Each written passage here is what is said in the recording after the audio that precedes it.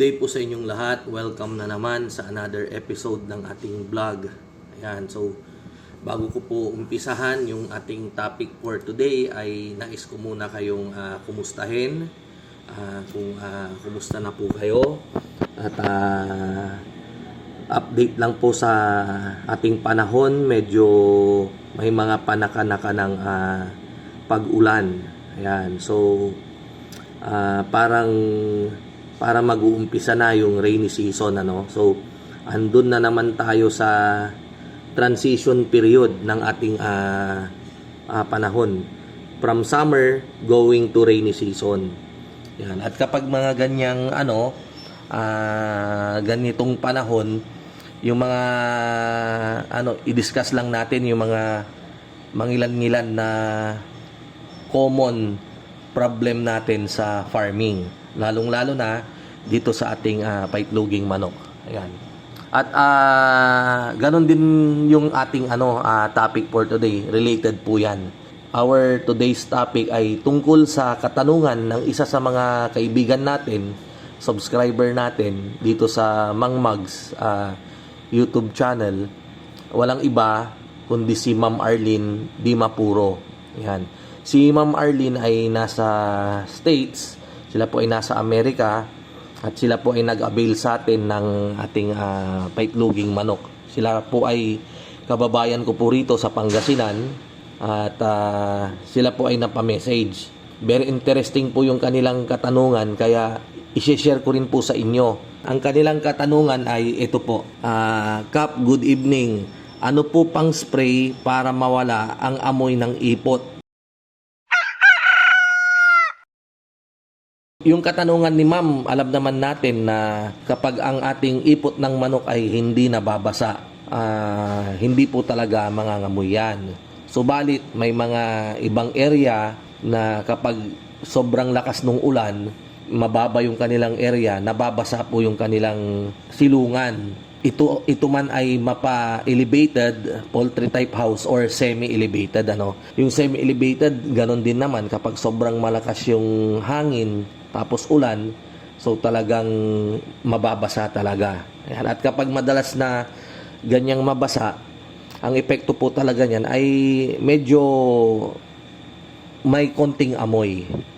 Ayan. So ang kailangan nating gawin talaga diyan ay ilinisin, kapag ito ay semi-elevated. Pero kapag syempre medyo malaki-laki na rin, ang alam kong alaga ni Ma'am Arlene ay, kung di ako nagkakamali, mga parang nasa 3,000 to 5,000 heads. Hindi lang po ako sure.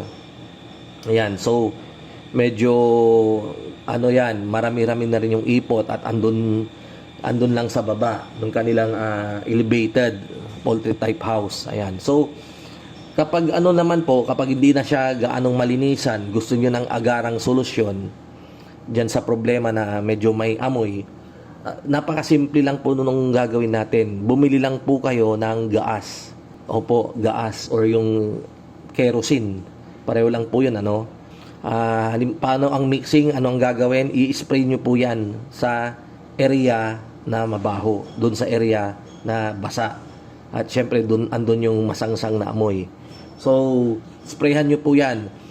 Bibigyan ko po kayo ng ratio 1:1. So ibig sabihin po, kapag bumili kayo ng 1 litrong gaas, lagyan nyo rin po siya, haluan nyo ng 1 litrong tubig.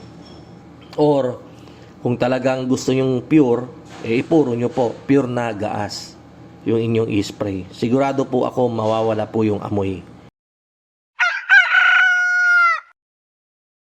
Ngayon, kung gusto nyo namang pang-maintain lang, kahit wala namang gaanong amoy, pwede nyo rin pong i-spray yan. Gawa po kayo ng mixing nyo, gaas, 1:1. Halimbawa, isang tabo ng gaas, 1 tabo ng tubig. Tapos, ilagay nyo sa sprayer, yung mga pang-spray ng mga orchids ninyo, di ba? Pwedeng ganon. Or pwede ring i-pure. I-spray nyo po dun sa mga area. Lalo na po sa ating mga backyard, racer, egg racer. So, pwede po yan na pang spray. Sprayhan nyo po yung mga dyan sa area ng mga ninyo,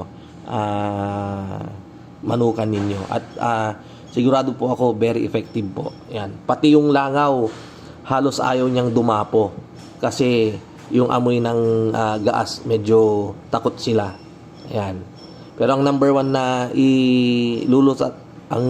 na susolusyonan nung pag-spray natin ay yung masangsang na amoy. Ayan. So sana nabigyan ko ng kasagutan, magandang kasagutan yung katanungan ni Ma'am Arlene Di Mapuro ng USA. Ayan. So maraming salamat po sa inyong walang sawang panonood sa ating channel. At gusto ko rin po kayong inform na may available pa rin po tayo na RTL na pang July 20. Dahil yung ating pang July 20 na RTL ay 20,000 heads po yon. At meron rin po tayong available na susunod sa August 2. Yan. Ang strain po nila ay Lowman. Ayan, Lowman po sila, yung kanilang lahi.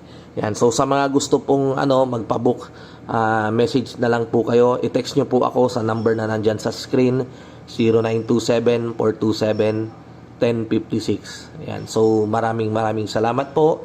Kita-kita po ulit tayo sa mga susunod nating vlog. Mabuhay po tayong lahat and God bless us all.